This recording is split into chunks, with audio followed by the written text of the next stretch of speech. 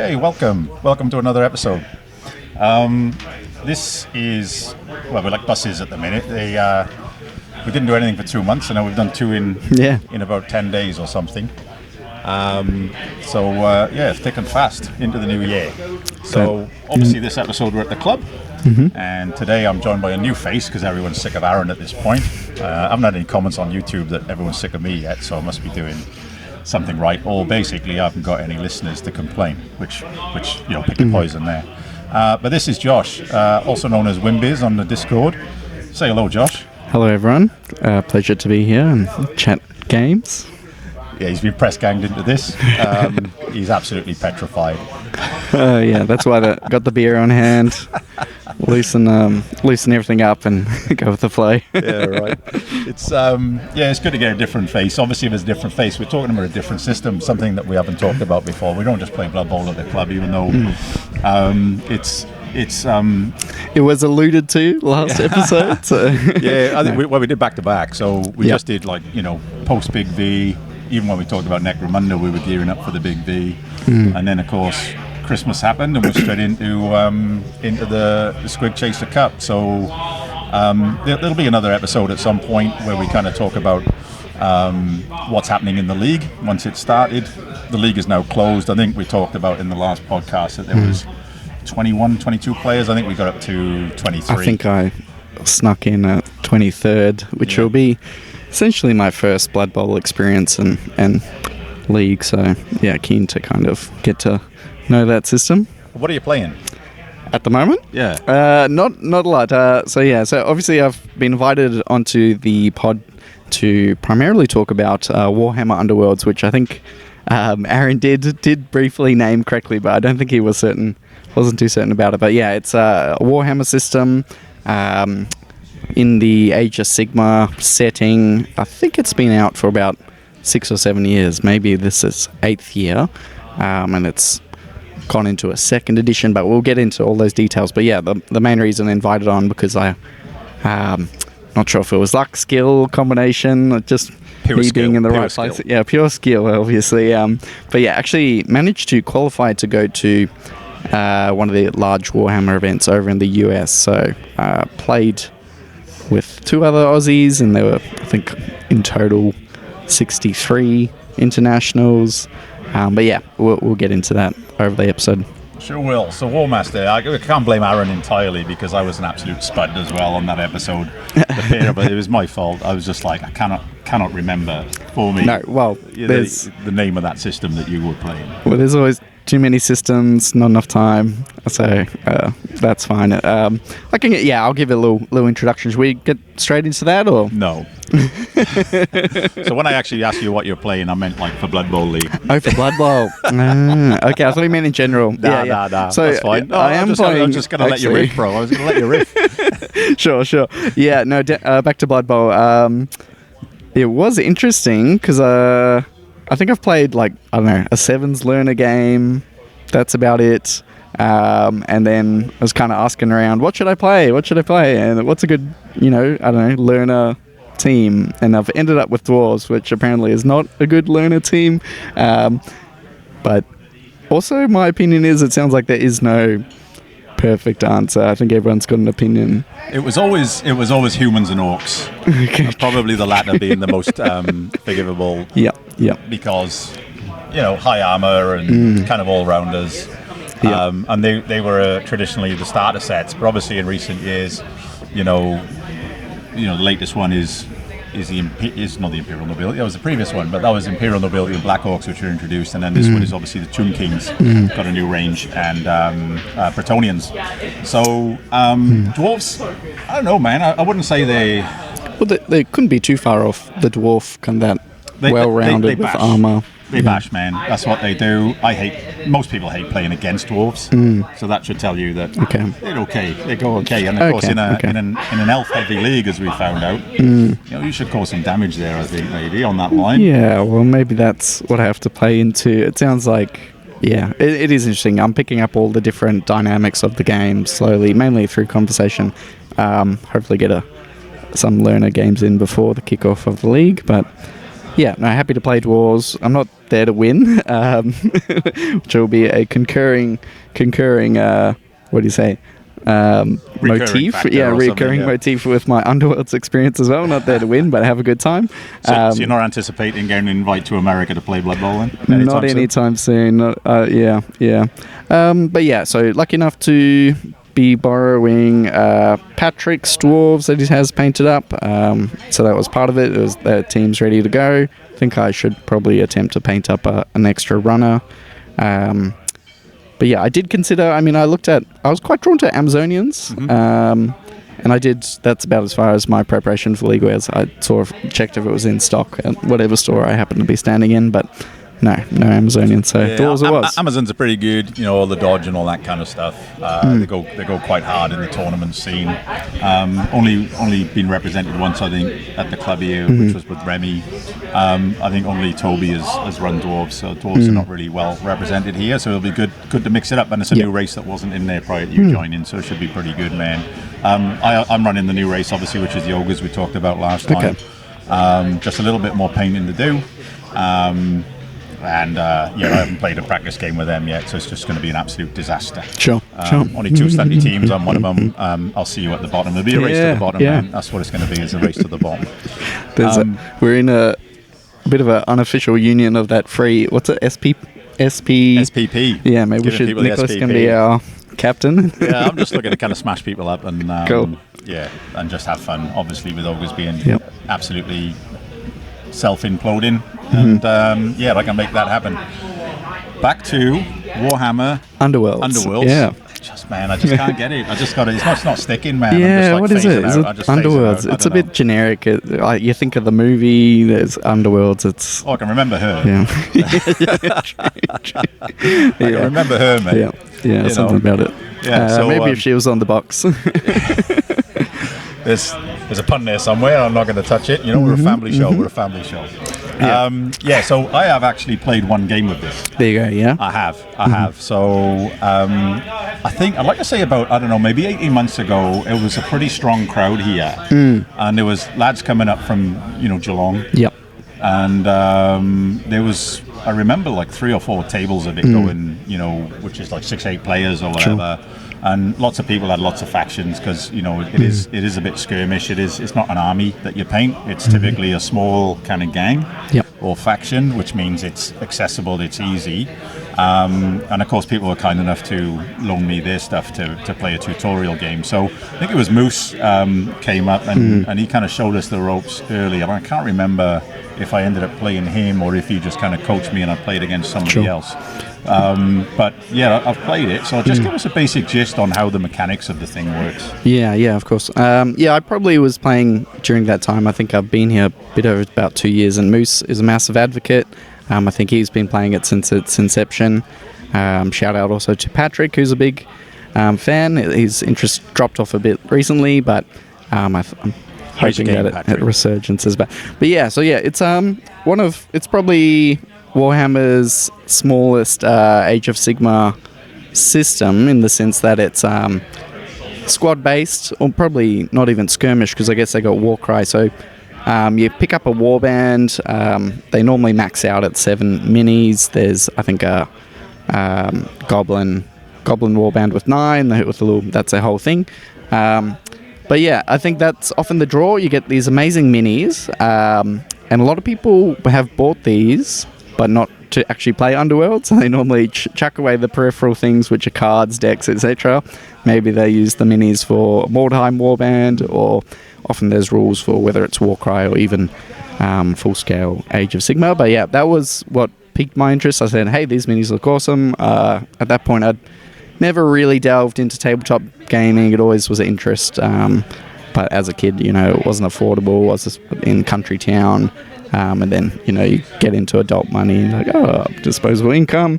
So I was like, might as well start at the small end of the pond. Less minis to build, paint. But yeah, moving into the system thing, I've heard it described as a nice blend of board games, card games, and then tabletop gaming, which is quite unique. But couldn't wholeheartedly classify it as one of those things. So, as both Aaron and Ryland are saying, it uses a hex-based board. So you're not placing terrain. There are objectives, which I think sounds like basically every Warhammer system now is a lot more objective focused.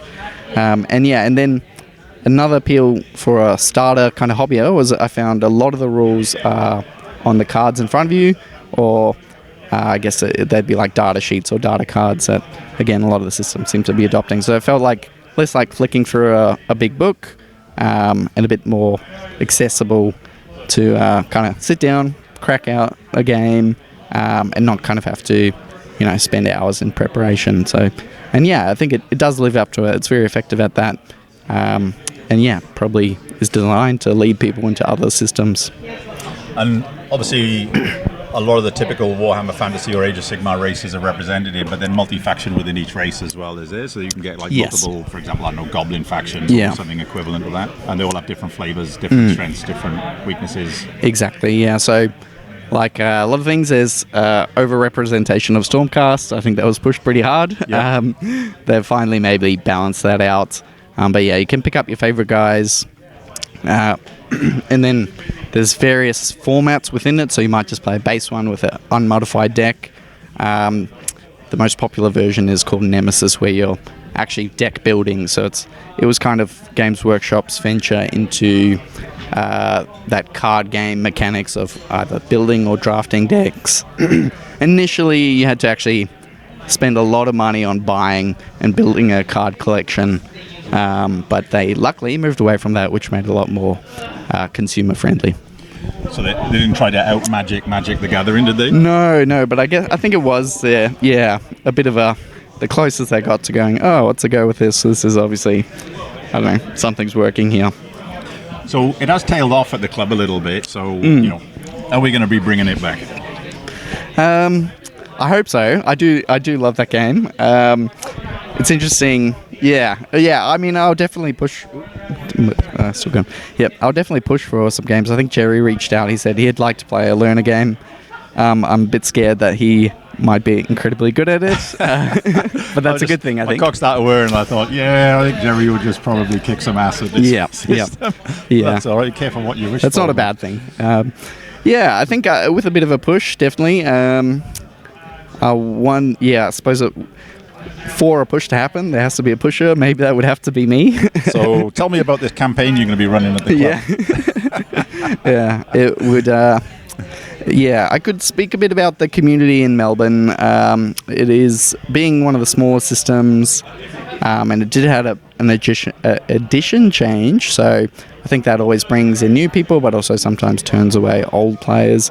It was interesting seeing how that impacted the game and the community, and there is a few very passionate people, similar to, say, Moose, who will bring in, happily teach new games, even organize events or work with either clubs or gaming stores to kind of put on events. So for example, Athena, shout out to her, she essentially did all the organization for the qualifier and events last year through the gaming arena. Yep. And then, as we'll get into, that's eventually what got me kind of to America. Yeah, right. So it's funny what you say about that, because I was playing Horus Heresy prior. That was my system, I guess, prior to going full Blood Bowl with Aaron, and Blood Bowl at the minute is essentially all I'm playing. And I'm in a bit of a WhatsApp group with the Melbourne Horus Heresy diehards, and Kieran, Adam Trzaskowski, these kind of guys. And there was conversation, because since 3rd edition, which is a brand new edition, it's just died in the ass a little bit in Melbourne. And people are still interested, but like the tournaments have all dropped off, or the events have dropped off for Heresy. And I haven't played a single game of 3rd edition Heresy, even though I bought the book. And I travelled to Tasmania to play, because I got right into it in the previous edition. And a lot of the guys who was playing that, they've just dropped off. And in fact, the discussion was in the UK, it's just gone dambusters. New edition, really, new drive. It's just gone crazy. So Adam, on the back of that conversation, has posted on social media, and the interest from it was just mental. You just need a pusher, and you need somebody to accommodate something. it's like I don't know, build it and they will come. Maybe it's a bit like Field of Dreams. Maybe it's going to be something like that. But you always get people who just like I remember when this was all Fields and they prefer a previous edition or something, and they're not going to like the new edition no matter what changes they kind of bring in. And you've seen that with the Blood Bowl new edition as well, even though it really hasn't changed that much. Yeah, I think game systems and popularity, it's definitely normal for that to wax and wane. I guess being in Australia and then Melbourne, maybe we're a bit more prone to that waxing and waning because we haven't got as big a population base and maybe not that stability of those people who that's their die-hard game, etc., who will always play no matter if the system's in a good or bad place. But as you said, probably just needs that one person to put their hand up and say, hey, let's make this happen. They'll rope in two of their mates and then a few people come out of the woodwork and you got something. So obviously some stuff is happening at the gaming arena. Shout out to Josh Diffie and Mr. O'Manor up there who run that joint. Is there like a tournament scene in Melbourne at all for this? Or was it like campaigns and... No, so last year we probably had a release event because it was the new edition release, which came with like kind of a core box which had everything you needed to play, two warbands, the board. I think there's 4 decks in those sort of boxes. So we rocked up to that. Some people probably picked up their pre-order there and quickly put them together and then played. And then I would say, I think Athena, I've heard her say she tries to aim for 1 a quarter of those events where we all sit in and we're playing, we're actually, submitting our wins and losses and the objectives, you score glory, and the ultimate winner is going to be the one with the most glory. So, and that's going to tally up and they get determined first, second, third, etc. So I mean, in that sense, we're probably due for one. There was a big release near the end of last year about, I think it was 2 weeks before the championship, which was awkward, but apparently not as awkward as the previous year. But yeah, so we probably have to have a new event soon because there's been an expansion since then. So bit to do. I think Moose it's in the back of his mind. He wants to do something in the first quarter. Athena at Gaming Arena will usually... it sounds like they get casual games in every 2 weeks. Every other Tuesday. And what does an event look like? As in, like, is it like 1 day, 2 day? How many games? Oh, it's always going to be a 1 day event. I think we've gone as far as playing 5 opponents. We're not doing best of 3s, I don't think. It's probably best of 1s, yeah. So like five opponents, like Swiss model or something? Exactly, yeah, I believe that's the case. Again, being essentially the only system I've really played, I played a Mordheim campaign here beside that. And then the closest, suddenly I was in a championship, but other than that, they haven't really done any competitive leagues with ladders. So, I mean, this Blood Bowl league will probably be a bit more be the making of you. Yeah, yeah. Now, let's talk about your humility here, because he's downplaying it, but he's obviously been invited. He's an international Underworld superstar, clearly representing Australia. Yeah, I do like to joke along those lines. He's obviously an absolute demon at this game. Well, yeah, I don't know. Yeah, it's interesting with any board game. I keep winning. I keep winning. I don't know what I'm doing wrong. Like any of these systems, there's that weird meeting point of luck and skill and strategy and blah, blah, blah, chance, etc. But so the reason I went... unfortunately, the qualifier was pretty last minute, so I think it was the Australian qualifier, so there was only 2 tickets in all of Australia. But for whatever reason, I won't get into that, it was only a 5 or 6 day notice for the event. So unfortunately, it was basically the Melbourne... strategy. Yeah, well, I mean, I ended up in America, so I shouldn't complain too hard. So unfortunately it was just a Melbourne crowd. So I think we actually only had 6 contenders, and then it was in October, around October 4.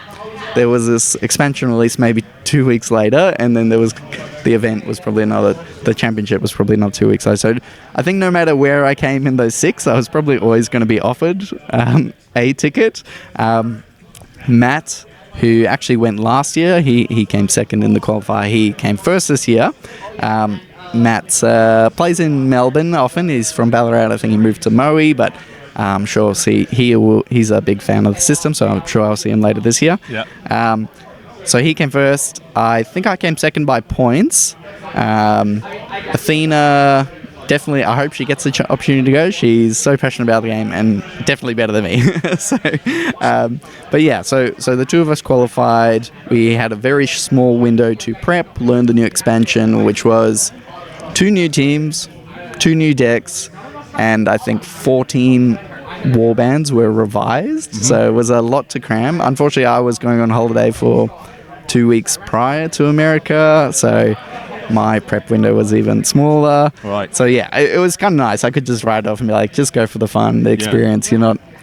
There's no point really. Even if you're a seasoned player who's played all year, you can't really go in there expecting. If you put that pressure on yourself, you're just probably going to be disappointed. And to paraphrase one of the GWTOs over there, he kind of openly said like, we're all losers here.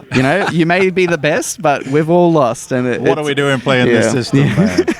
What's wrong with you? No, he was talking to the entire conference not just us Underworld losers. Please tell me he tried to sell you a Storm Raven at the end of that conversation. Ooh.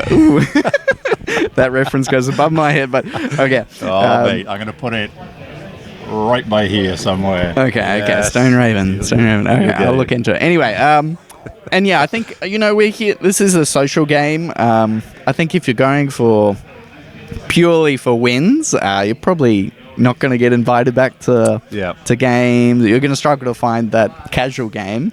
Maybe you'll do fine in tournaments. I don't know. But yeah, it was a good experience. So I embraced it. I said, this is cool. Never been to America.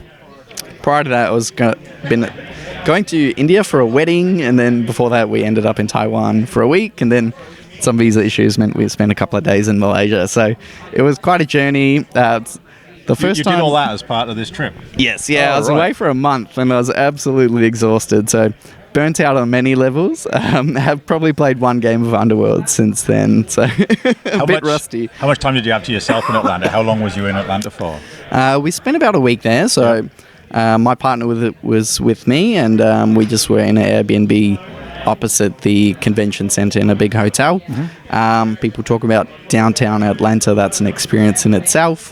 Big American city. I guess that's their going into winter, November. So but it's the south. It's usually a bit hot and humid there, isn't it? And we were glad for that, but it was still getting into the negatives, and there was this weird chill in the air that was so unfamiliar to me. I guess it's that Atlantic air or something, but it was crazy, a huge, crazy, awesome experience. America's never been high on my list to travel to, but that was after even just a week in, I don't know, not really exploring Atlanta, but just being in Atlanta, I'd happily go back. We I think did 3 or 4 days in New Orleans just because it was nearby before flying home, which was also fun. And yeah, we made a great American friend, kind of like one of those ones that maybe it's like a gaming hobby, lifelong friends, and they're like, hey, if you're ever back in America, stay with us. We'll play games, cut costs, and they want to come to Australia. So I guess that's another kind of a perk of this amazing community, gaming. Yes. It's social, and that comes with upsides. You kind of build a network, whether it's in your city or around the world. Yeah, I've done a little bit in the Warhammer scene. When I was playing 40k, so I went across to New Zealand, and you do get bonds and stuff, and people you're still on social media with now and whatnot. So it's great that you've got a common interest, common system. It's great. I wouldn't say like Tasmania's international, but it kind of felt like it a little bit. Yeah. I played there too. Different language. So it's good. It's absolutely great that you can do that kind of stuff, I reckon. Try and get back there, and maybe if you need that pusher, and you're the one that's growing this scene here, you can obviously invite that dude over here. What's that dude's name, man? Oof! Now you put me on the spot. He's a great friend. It was Heather and Gabe. He was a Skaven player. I think he did quite well in Age of Sigmar. So shout out to him. But yeah, so yeah, obviously I was very lucky to be traveling like that and then competing. Can get into that. It's the first time I've actually, I guess, finished what I would call a finished paint job. I've probably been playing in the club here about 2-ish years, but I did the entire Mordheim campaign with just my primed grey rats. So, Sons of Sprue. Yeah, exactly. Yeah. So with that, how many painted warbands do you have? All right, one. One. And how many factions do you have? Oh my god, I could probably field half the game. I'm very much guilty of buying. I've got a lot assembled, but I haven't necessarily. Well, the boys, when we went to Tasmania, you want to see what they did to transport their army, and you turn up with a box of matches. Well, yeah, these guys are just quickly put in a small box with some bubble wrap, but they are magnetized. They had to fly around the world, so carry that on hand luggage. Yeah. That's where they come in. That was just for down the road trip, but yeah. So the Chaos Dwarves, the new Chaos Dwarf range in Age of Sigma. Interestingly, like fun fact, these were the first ones available, so I don't know if that was intentional as a little teaser. So this is the first thing you've got painted, is it? Basically, yeah. That I would say finished. Yeah. Well, that's the beauty of this hobby, right? It's got these different facets: construction, painting, strategy, playing, social, and can't master them all, Ryland. So who's this dude on the end? Because he looks like, this is like Sesame Street. This like one of these. Oh yeah. So I mean, like, I don't even know if it's worth attempting. Yeah, take a photo. Okay. Yeah. So I mean, I think these guys use hobgoblins, are they?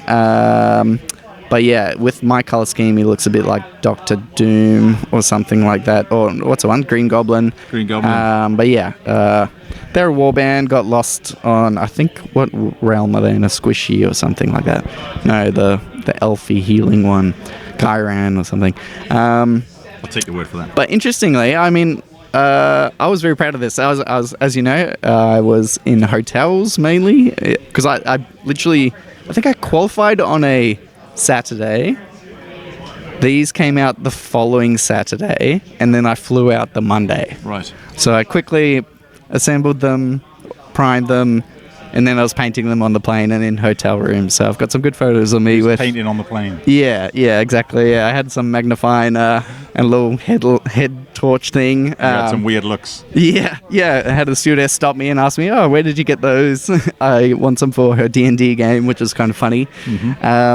But yeah, thanks. Shout out again to Pat. He was very helpful with any painting queries. So you can do it, man. So there's nothing stopping you from just painting all your other It's just an incredly hard deadline, like a championship, where they have to be table ready. Yeah, these 5 models. What a hard deadline, bro. Hey, you maybe I should ask you to keep me accountable for getting this one dwarf runner ready for the league kickoff. Well, the challenge is obviously you got, I don't know, what did Aaron say? We're playing for like 3 months, 8 rounds or something.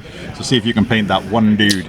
Yes. Yeah. I should be able to do that. Unpainted at the beginning, but let's just see if because painted models don't perform. Unpainted models don't perform. They always don't roll as good, right? Yeah. And then you get new model syndrome, and it's always like shit me to tears in the 40k scene. It's just like I had like a demon army, and I just like bought the Fiends of Slanesh, which were the really expensive metal models, and I got 3 of them, and I painted them up, and I run them in a tournament, and they were just the first unit to die every single time. It was just like, oh my god, it's just like cursed. But I'll get a photo of these up, and I'll chuck them on this thing. All right. Or I can send you, one of the photos I got.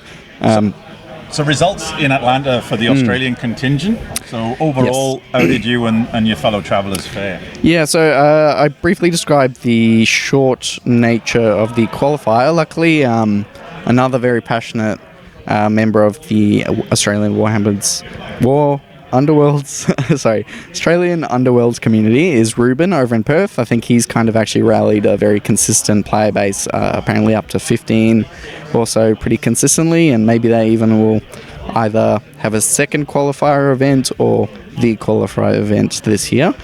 He did incredibly well. He finished top 8 of, as I said, I think 64 with a nice troll, so he did really well. Great guy. It was a pleasure to meet him, get to know him, played a game and got squished by his troll. And then Matt, who I also mentioned. So the 3 of us went. And then kind of going into pretty open-minded. I my first matchup was against a content creator, so I think he does a podcast and website. There's a few. It was really cool meeting a lot of these core guys who I imagine, in a sense, kind of carry the community on their back, putting out all the stuff from breaking down new releases or reviews, but a lot of strategy, running learners games in the Vassal or the online kind of proxy way to play.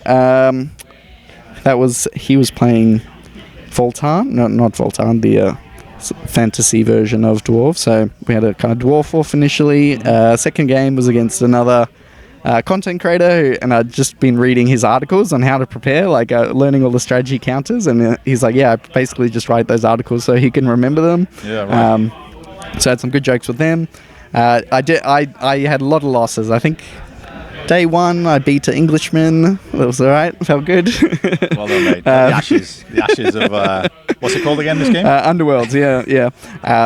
And yeah, I think so. That was interesting because, again, as a relatively new hobby, doing these full day events, like even in Melbourne, in the not very competitive ones, like the brain drain, I wasn't really used to that. Like, you're sitting there for hours making a lot of decisions. It's exhausting. Yeah, and that was something I thought, obviously going into a championship, it's going to be about 3 days of that, and then there's a bit of pressure, and then for me it was the tail end of a holiday, but yeah, very interesting. So my advice would be, if you ever plan a holiday around an event like this, do the competition first so you can relax afterwards. Relax a bit. Yeah, it is. But I told last on the last episode, because CanCon was running on the weekend, and me and Aaron did it, and I went at 40k, and we did 3 games, 2 games of, I think it was like, I don't know, 1750 points. And you kind of work it out. You're playing Warhammers and thinking, and some people are really competitive, and they're just kind of like, oh my god, this is like a game of chess or whatever, and you're playing for like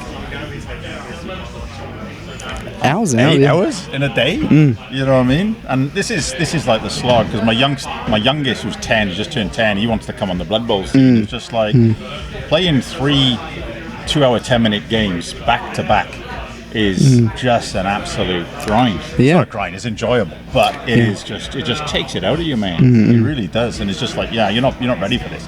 And that was the consideration when I first took Lane on the scene for the Big V. 2024 was his first tournament, and he was at that point 11 going on 12, and that was my main concern. It's like, is he built for this? You got 2 days, 6 games of just constant Blood Bowl over 2 days, and he was a machine for it. You know, so was that? I think I heard about it. Like but he at the end he was knocked out, right? Like he missed was his last sick. game. He got sick. He did. He got sick, and a bit of Nurofen, and he came good.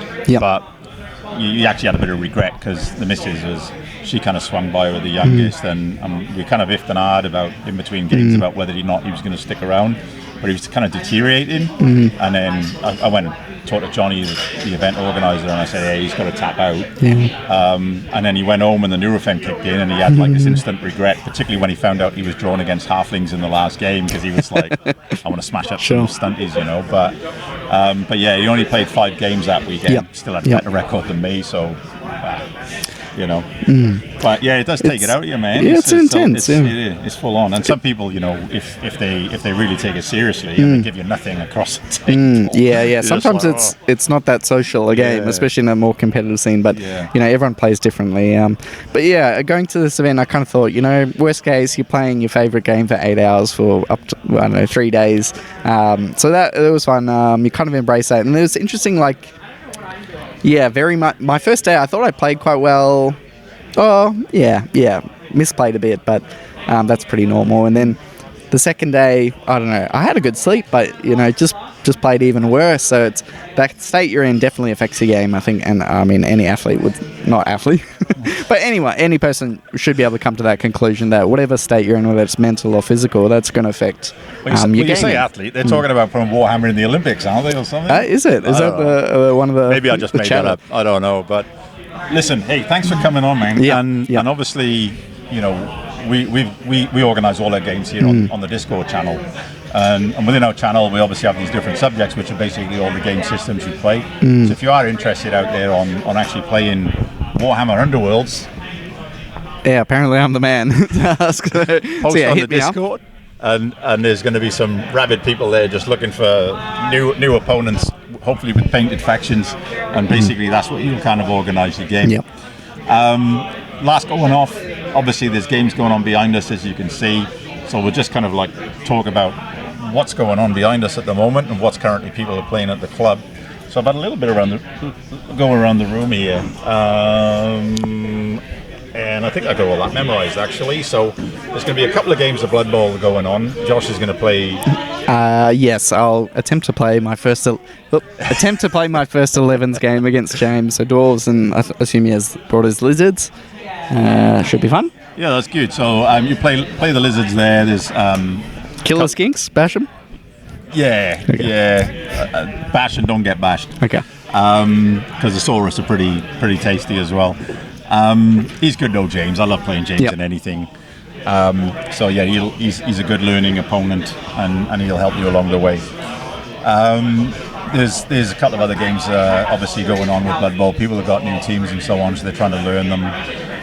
We have a game of bolt action going on. I actually came to the club here on Sunday because the young bloke, he started playing. God, mental blank again. This is just awful. Some kind of PlayStation War Thunder. That was it. PlayStation 5 game. So he's just big into World War II shit at the moment, driving tanks around and stuff like that. Buying model tanks and assembling them, and model planes and assembling them. So he knows all the tanks already, like, you know, because he's obviously got them all and unlocked them all in this game. So he's like, hey, I want to play bolt action. So I dug out my army and we actually played it on Sunday. Cool. So me and Toby, we hadn't played since 3rd edition drop. It's one of those ones we talked about, you know, new editions and so on recently. 3rd edition drop. We were playing a little bit of 2nd, and then there's like 5 of us who went to Operation Bear, which is run by Brad Morin in the city. And we kind of played a couple of games leading into that tournament. Then we played Operation Bear, and we didn't play since. Now, there's a little bit of a kind of small hardcore scene, much like Underworlds. Here, with Tim at the back here, is always ready for a game, and Brad comes to the club occasionally and sets up. So Lane, I found my Soviets, and Lane run my Soviets, and Lee Tressida ran Toby's British, and we had a bit of a mashup here. It was pretty slow going. Me and Toby were just basically rules lawyering and just trying to remember all the shit from like 2 years ago that we couldn't. While the other two kind of played and just, you know, what do I need to hit here? What's my cover save, if any? What do I need to wound? What pin markers and all that? Just didn't have a clue. It all came coming back. We started to get a handle on it. But that's actually given us a bit of impetus here. And I was chatting to Tim just now. So in between the Blood Bowl tournaments, I think there'll probably be a little bit more Blood Bowl, not Blood Bowl, Bolt Blood Bowl action. obsessed, bolt action going on, and Toby's going to be back in on that, and his brother Matt will definitely be in as well, because they just love World War II historicals. Just in this immediate table behind me here, we've got Trench Crusade going on, so there's a little bit of a scene starting to gather on Trench Crusade. There was about a year ago. There's been a big terrain push recently from Shep and the guys on the committee, just doing this kind of like 3D printing push, and they've printed out an absolute metric shit ton of terrain for the club, and now the next one is almost just like a big working bee of how to paint it. A campaign is just about to start off as well, which is run by Justin and Sarah here, who many people will know from the gaming arena. And Justin is posting something, it's not running at the club here, but it's running somewhere else, but advertised here, because it's all one community really of Melbourne gaming, I guess, on how to paint Trench Crusade minis and so on, and his work is just phenomenal as well. So we'll post up some pictures of that Trench Crusade, and I just mentioned to the lad that's playing behind me, him there, in that vest thing that he's wearing over your shoulder. He's quite well known on the Trench Crusade, that guy, Trench Crusade scene. So I reckon we'll probably get Justin and Sarah on to talk about Trench Crusade at some point. What else we got, man? There's a couple of board games going on at the back. The board game scene is just growing massively. I'll get Christian on at some point, because those guys will typically play 1 or 2 board games of a night, mixing them up. And I'm playing board games tonight. You pitched on me to play Blood Bowl, and I don't hold that against you at all. But Robo Rally, as we've talked about before, the numbers fill up on that one pretty quick. So I think I've got the full complement, 5-6 people on that one, and we'll just play that straight after this wraps up, which is pretty much now. So yeah, thanks for coming on, man, and look My forward pleasure. to you running that campaign. Yeah, thanks, Riley. All right, cheers, buddy. We'll go do one of these. Yep. You got fuck all left. See you in the league. I'll see you at the bottom. All right, cheers, Josh. Thanks, man. Bye.